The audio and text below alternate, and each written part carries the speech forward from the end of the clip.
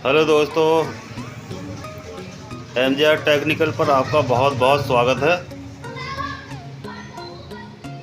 दोस्तों हमारे पास है एक 3 kVA या 3 किलोवाट का स्टेबलाइज़र, जिसको आज हम रिपेयर करने वाले हैं और साथ साथ ये भी जानने वाले हैं कि इसमें क्या क्या फॉल्ट अक्सर आते हैं।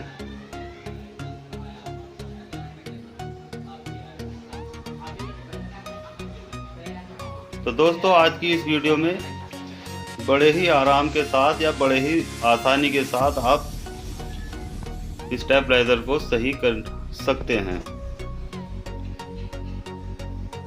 और किस किस तरह सही करते हैं ये भी आज मैं इसमें आपको बताने वाला हूँ। तो चलिए दोस्तों, सबसे पहले हम बैक साइड पर आ जाते हैं और इसमें जो ये स्ट्रिप लग रही है, एक साइड इनपुट दिखाई दे रही है और एक साइड आउटपुट। तो जो इनपुट है दोस्तों, यहाँ पर हम इसको, ये लाइन है, इसमें हम एक तार लगा लेते हैं जो कि लाइन है, यानी इसमें हमारा फेस चल रहा है। और जो बीच में है, जो बीच का पॉइंट दिखाई दे रहा है, इसमें हम न्यूट्रल लगाएंगे, यानी इनपुट और आउटपुट दोनों का न्यूट्रल एक कर दिया है। अगर 4 पोल की स्ट्रिप होती तो उसमें 2 न्यूट्रल और फेस एक जगह आ जाते और एक आउटपुट और एक न्यूट्रल एक जगह आ जाते हैं, लेकिन चूंकि 3 पॉइंट की स्ट्रिप है इसलिए इसमें न्यूट्रल को एक ही जगह दोनों को जॉइंट कर देना होगा। तो चलिए दोस्तों, अब मैं इसमें बोर्ड पर प्लग लगाकर देख लेता हूं और देखते हैं इसमें सप्लाई आ रही है या नहीं। तो ये देखिए दोस्तों, इसमें बिल्कुल भी सप्लाई हमारी दिखाई नहीं दे रही है। और क्यों नहीं दे रही है इसका भी पता अभी हम लगाने वाले हैं।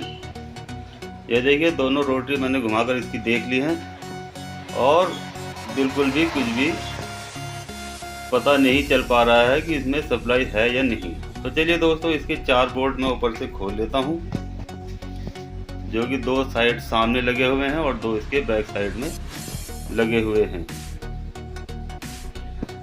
और उसके बाद उसे खोलकर इसमें देखते हैं कि इसमें क्या फॉल्ट है। तो चलिए दोस्तों, मैं इसका जो ऊपर का प्लेट है या ऊपर का टापा है, इसको मैं खोल लेता हूं और उसके बाद इसमें क्या फॉल्ट है देखता हूं। तो दोस्तों, आजकल इस तरह स्टेबलाइजर का दौर ख़त्म होने ही वाला है, क्योंकि अब वोल्टेज की प्रॉब्लम समाप्त हो चुकी है। जगह जगह स्टेप ट्रांसफार्मर लगा दिए गए हैं, जिससे कभी अब वोल्टेज ड्रॉप नहीं होते। पहले एक ट्रांसफार्मर दूर दूर तक कवर करता था, जिसकी वजह से आगे जाकर वोल्टेज ड्रॉप हो जाते थे, लेकिन आज के दौर में इस तरह की कंडीशन नहीं है और वोल्टेज ड्रॉप नहीं होते।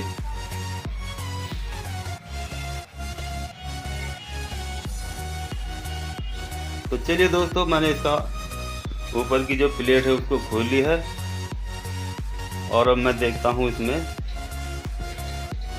कहाँ पर क्या कमी है। तो देखिए दोस्तों, यहाँ पर थोड़ी सी लूजिंग थी, जिसकी वजह से सप्लाई रुकी हुई थी। पहले मैं सप्लाई देखता हूँ कि यहाँ पर हमारी सप्लाई दिखाई देने लगी है, यानी मीटर हमारा चलने लग गया है। अब इसके वोल्टेज भी बढ़ाकर देखते हैं कि ये कट भी मारता है या नहीं, या इसमें कुछ और भी कमी है। लेकिन दोस्तों, मुझे दिखाई नहीं दे रहा कि ये कट मार रहा है, क्योंकि 300 वोल्ट तक हमारी सुई आ चुकी है। देखिए, मैं अभी आपको जूम कर दिखाने वाला हूँ। ये देखिए दोस्तों, 300 से पार हमारी जो मीटर की सुई है वो हो चुकी है, लेकिन स्टेबलाइजर ने बिल्कुल भी कट नहीं मारा है। जिसका मतलब है कि घर में जितने भी सामान चल रहे हैं, अगर इतनी वोल्टेज स्टेबलाइजर ने दे दी तो सबको ख़त्म कर देगा और सारा सामान, पंखा, फ्रिज वगैरह जो भी कुछ है वो सब फूक जाएंगे। तो दोस्तों, इसके ये 2-3 कारण होते हैं। सबसे पहले या तो इसकी कट प्लेट जो होती है ये ख़राब हो जाती है, या रिले ख़राब हो जाती है। जो रिले आपको दिखाई दे रही है ये भी ख़राब हो जाती है, लेकिन ये बहुत मुश्किल से ख़राब होती है। और सबसे ज़्यादा जो ख़राब होता है दोस्तों इसका ये जो इसमें 12012 का ट्रांसफार्मर लगा हुआ है, यही ज़्यादातर ख़राब होता है। ये देखिए दोस्तों, बिल्कुल साफ दिखाई दे रहा है। चलिए मैं पलट कर दिखा देता हूँ। ये 12012 का ट्रांसफार्मर हमारा दिखाई दे रहा है। तो सबसे पहले दोस्तों इसी को हम चेक कर लेते हैं कि ये तो ख़राब नहीं हो गया। ज़्यादातर दोस्तों इसमें जो फॉल्ट आता है वो इसी के ख़राब होने से आता है, यानी छोटा ट्रांसफार्मर ही जल्दी से फूकता है। ऑटो कट या रिले में बहुत कम फॉल्ट आता है, इसलिए सबसे पहले इस ट्रांसफार्मर को ही चेक कर देखने वाला हूँ।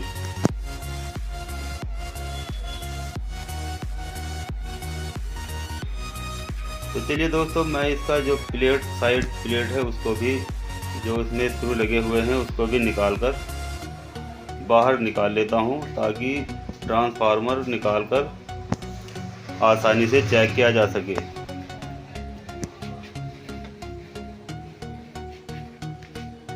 अब दोस्तों इसकी स्लिप उतार कर मैं देख लेता हूँ।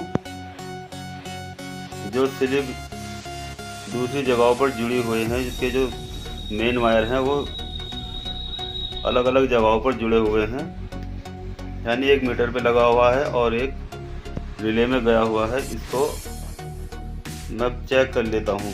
तो सबसे पहले दोस्तों हम इसकी डीसी सप्लाई चेक करते हैं। जो पीले पीले वायर आपको दिखाई दे रहे हैं वो इसकी डीसी सप्लाई है, और जो लाल लाल वायर दिखाई दे रहे हैं, यानी रेड कलर के जो वायर दिखाई दे रहे हैं, वो इसकी एसी सप्लाई है। तो सबसे पहले दोस्तों इसके जो पीले वायर हैं, यानी डीसी जो वायर है, हम उसको चेक कर लेते हैं। तो ये देखिए दोस्तों, डीसी सप्लाई हमारी बिल्कुल सही मीटर बता रहा है। अब बारी आ जाती है इसकी एसी सप्लाई की।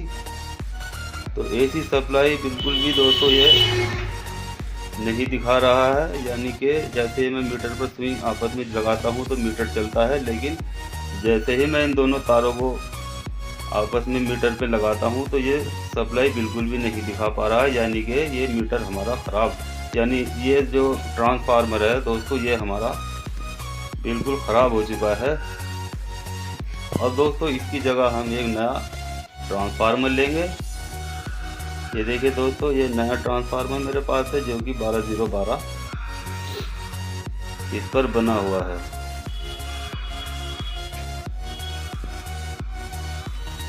तो चलिए दोस्तों इसको बाहर निकाल लेते हैं और अब इसको इसके अंदर फिट कर लेते हैं। ये दो दोस्तों इसके जो रेड वायर हैं ये एसी सप्लाई हो जाती है, और जो येलो कलर के यानी पीले कलर के वायर दिखाई दे रहे हैं ये इसके डीसी सप्लाई है। तो चलिए दोस्तों पहले इसको निकाल कर चेक कर लेते हैं कि मीटर हमारा, ये देखिए दोस्तों मीटर हमारा बिल्कुल सही बता रहा है, यानी कि ये जो नया ट्रांसफार्मर है बिल्कुल सही है। और ठीक इसी तरह से अगर मैं पुराने ट्रांसफार्मर को चेक करता हूँ तो उसमें मीटर बिल्कुल भी रेस्पॉन्स नहीं दे रहा है। इसका मतलब दोस्तों ये ट्रांसफार्मर हमारा बिल्कुल ख़राब हो चुका है, और इसकी जगह अब हमें नया ट्रांसफार्मर लगा देना होगा। ये देखिए बिल्कुल सही काम कर रहा है। तो चलिए दोस्तों, पहले इसमें ट्रांसफार्मर ऐसे ही रखा हुआ था, लेकिन मैं चूँकि काम कभी कच्चा नहीं करता, इसीलिए मैं इसके जो बोल्ट होते हैं, छोटे छोटे जो स्विच वाले नट बोल्ट होते हैं, वे इसमें लगा देता हूँ, ताकि ट्रांसफार्मर इधर उधर ना जाए, ताकि उसके जो लीड वायर होते हैं वो ना टूटे। क्योंकि दोस्तों अगर ट्रांसफार्मर हमारा अंदर इधर से उधर भागता फिरता है तो उससे क्या होता है, जो इसके लीड होते हैं, एसी लीड और डीसी लीड, उनमें से कोई भी लीड टूट जाती है, जिसकी वजह से ट्रांसफार्मर ख़राब हो जाता है और उसकी जगह फिर नया ट्रांसफार्मर लेकर आना पड़ता है और लगाना पड़ता है। ज़रा सी लापरवाही के लिए ट्रांसफार्मर ख़राब हो जाता है। इसलिए दोस्तों इसमें नट बोल्ट लगाना बेहद ही ज़रूरी होता है, ताकि अच्छे से एक ही जगह फिक्स हो जाए और इधर उधर को ना हिले डुले। तो चलिए दोस्तों, एक नट बोल्ट मैं इसमें लगा चुका हूँ। अब दूसरा नट बोल्ट भी इसमें इसी तरह से लगा लेता हूँ, ताकि हमारा जो ट्रांसफार्मर है वो बिल्कुल एक जगह पर फिक्स हो जाए और बिल्कुल भी इधर से इधर को नहीं हिले डुले, क्योंकि हिलने डुलने से ये अक्सर इसकी जो लीड है वो अंदर से चटक जाती है, यानी कि ये जड़ से ही चटक जाती है और उसके बाद फिर ट्रांसफार्मर ख़राब हो जाता है। तो चलिए दोस्तों, मैं इसकी लीड को जॉइंट कर लेता हूँ। सबसे पहले मैं इसकी एसी लीडें जोड़ लेता हूँ, जो एक तो हमारी रिले पर लगी हुई है और दोस्तों दूसरी जो लीड वायर है वो सीधे मीटर पर जाकर लगी हुई है। तो इसको इस तरह से जोड़ लेता हूँ और साथ साथ ही इस पर सिली पाइप भी चढ़ा लेता हूँ, ताकि कोई भी करंट बॉडी को ना लगे।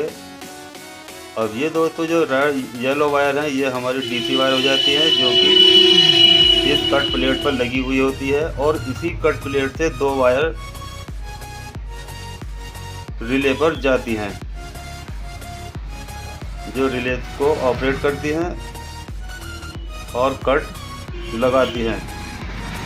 तो चलिए दोस्तों, इन दोनों को मैं जॉइंट कर लेता हूं और सीधी भी चढ़ा लेता हूं।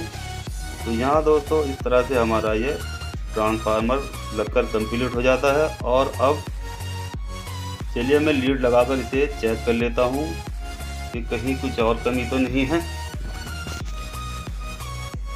तो ये देखिए दोस्तों, जैसे ही मैं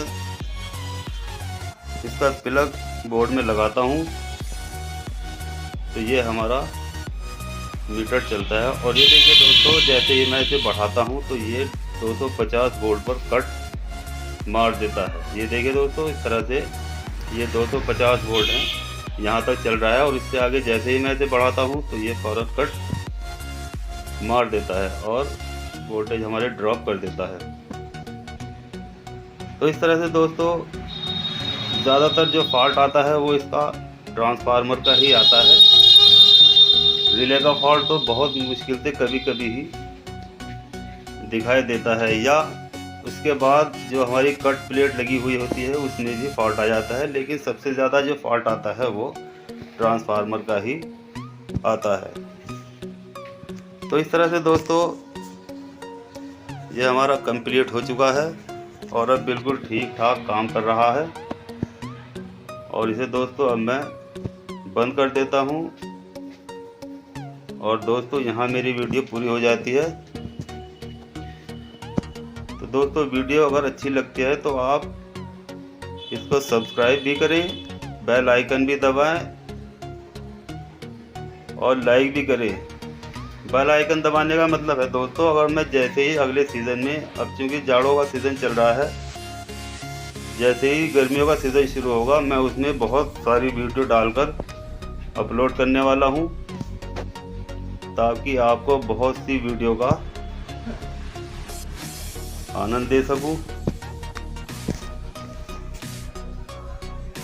तो ये देखिए दोस्तों, बिल्कुल हमारा स्टेबलाइजर अब सही कंडीशन में काम कर रहा है। और बहुत जल्दी दोस्तों सीज़न शुरू हो जाएगा तो मैं बहुत ही अच्छी अच्छी वीडियो आपको डालने वाला हूं। तो साथ दीजिए,